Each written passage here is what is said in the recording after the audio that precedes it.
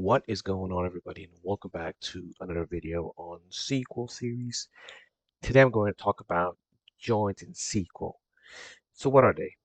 Join clauses are important to understand because they're used to combine rows from two or more tables based on primary keys or related columns between those tables. So what I mean by that is let's give an example that we have two tables, table 1 and table 2, right? Table 1 has information about students, their student ID and the name of the student, while table 2 has the student ID, which is the information is common between table 1 and table 2, where one is a primary key, another one is a foreign key, or the other way around. And the second column is the name and the grade. So between table 1 and table 2, right, we have one column in each table that are related to each other, which means that one of these columns is primary key, the other one is a foreign key or dependent on the primary key.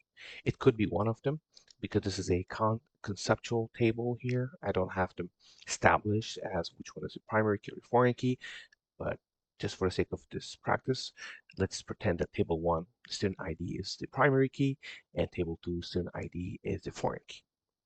So when we have these two tables, right, and we would like to combine a join or we'd like to combine or join these two tables together, but we just don't want to like glue them together. Instead, we would like to um, use some sort of logic here to put them together, right? Because we don't want to project grade for student ID 005 for student ID 001 or vice versa. We don't want to project student ID 0010 for 004. If we just glue them directly without establishing some sort of logic between the two, then it's going to make it, then we're going to have an inaccurate data set that will not be very useful. So now that you know what the joins are and how you can combine two tables, two or more tables, using these, a special nexus ID or primary IDs, let's talk about the types of joins that are very common in data analysis practice, in daily data analysis practice. The first one that I'm going to talk about is inner join. So what is inner join? The inner join is pretty much when we combine these two tables, right?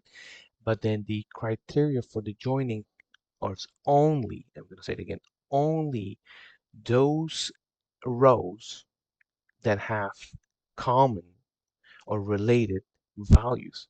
So if we were to combine these two together, then uh, the result of the joint table for these two would be row 1 because we have common IDs 001, student 001, student 002, and that would be it. We'll only have two rows of values or records as a result of our joint. So an inner joint is pretty much whatever is common between the two tables or data sets is going to be the result of it. I hope that's understandable. Let's talk about left joint. So left joint is nothing but, again, you have to conceptualize which table is going to be your left table and which is going to be your right table. So if you say left table, which will be your primary table, right? And in this case, table 1 is a left table.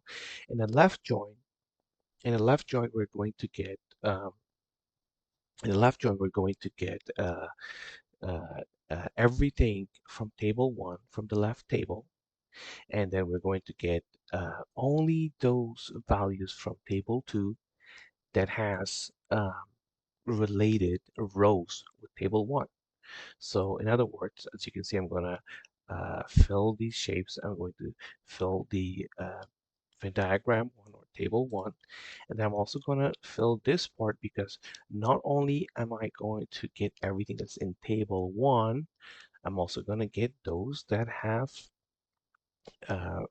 common or related values from table 2. So the result of the join for these two tables, if we conduct a left join, would be pretty much a table where everything will be here from student ID 1 all the way to 4, but then we'll also have two more. columns appended here. Student ID, student name, then there will be two more columns here for these two.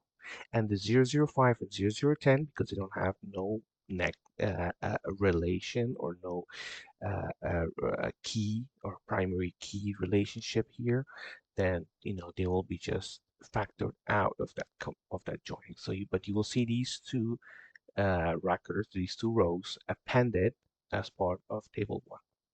Same thing with the right join, except that you'll have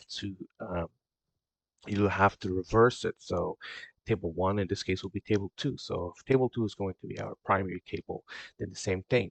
We're going to have everything from table two, and then so we're going to keep our 005, 0010, which we lost when we joined with table one. So we're going to keep everything from table two, and then we're also going to get 001, student ID 001, student ID 002 appended here next to these two columns on the joint table. Why? Because 001, 002, they both have related primary and foreign keys existed in the both tables. So in other words, it's going to be everything from table one, table two, and then those records that overlaps or that have relation with table two will also come to the joint table. Now the last one is, it's all out, you get everything. So a full outer join is when you get everything. So that would be all of these. In other words, both of these, table one or table two, will be combined regardless of their, relationship between the primary and foreign keys, between their the column nexus or identifiers. So you'll get everything combined. So in other words, it's going to be everything from table one, everything from table two, and everything that's in between. All of them will be merged together. This was the conceptual explanation of what joins are. Uh, don't forget, in the next video, I'm going to talk about these specific joins and how to apply them in SQL using SQL commands. So stay with me until next video. Thank you.